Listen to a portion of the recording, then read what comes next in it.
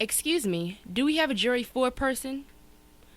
Will the jury foreperson please stand and give us your vote? I am the jury foreperson, and I vote guilty. A preponderance of evidence leads me to believe that the defendant is fraudulent. Excuse me, jury foreperson, on what grounds do you rule? On the grounds of falsification, mental molestation, I demand more than a citation, for this bandit deceived the whole entire human population and tried to cover up lies with more lies. Mass murderer, unveil your disguise. At once, front and center as we enter the time of your judgment. Hand down your sentence. Do you have any comments? Too late. Your fate has been sealed. No plea bargains, no deals, and no appeals. State your name. My name? My name is Greco-Roman Hellenism, also known as paganism, aka Western theology, aka liberal democracy, aka Pope Eugene IV, aka Pope John Paul I and II, aka Edward Long, aka Darwin, aka Spencer, aka Thomas Jefferson, aka Nixon, aka George Washington, aka Madison, aka J. Edgar Hoover, aka Christopher Columbus, aka Antiochus Epiphanes, aka Henry Kissinger, aka Jesus Christos, aka Son of Zeus, aka Jesus Christ, the Beast, the Dragon. I go by many names, but your bars cannot hold me, your punishments cannot scold me, for I am more than flesh. What did you expect? To lock me up and throw away the key? It's against the laws of relativity when I represent more than an age, an empire, or a country. I represent a state. I represent a mind state. Mass confusion, disillusion. But wait, more importantly, I represent an image. Imagine this, the image that I represent is far more complex than you may suspect, for I am your desire to obtain the Rolex, Timberland boots, Nike suits, the DMX CDs. I am the image. You cannot see me.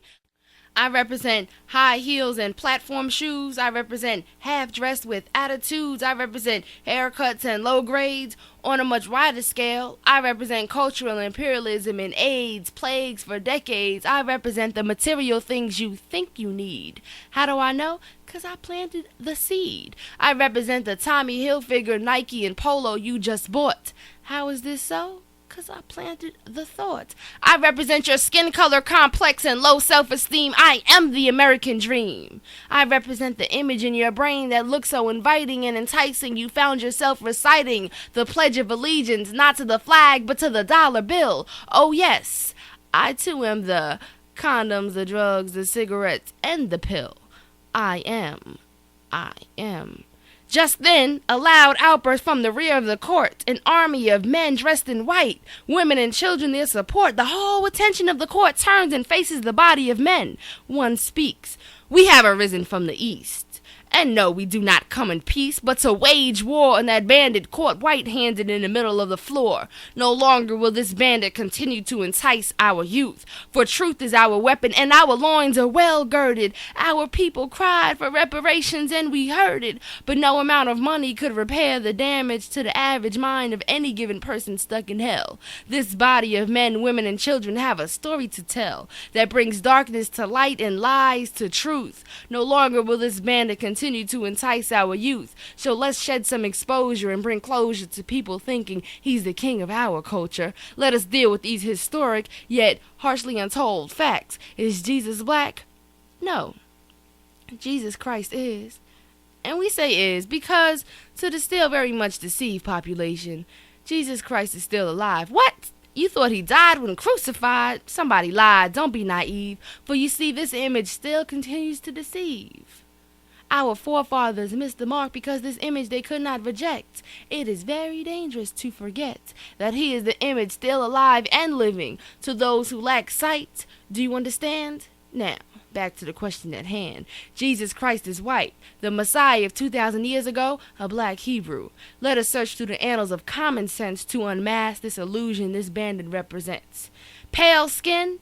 No melanin? How can a pale man living in African land tread across hot sand for his entire human lifespan without even getting the slightest tan? Hold on.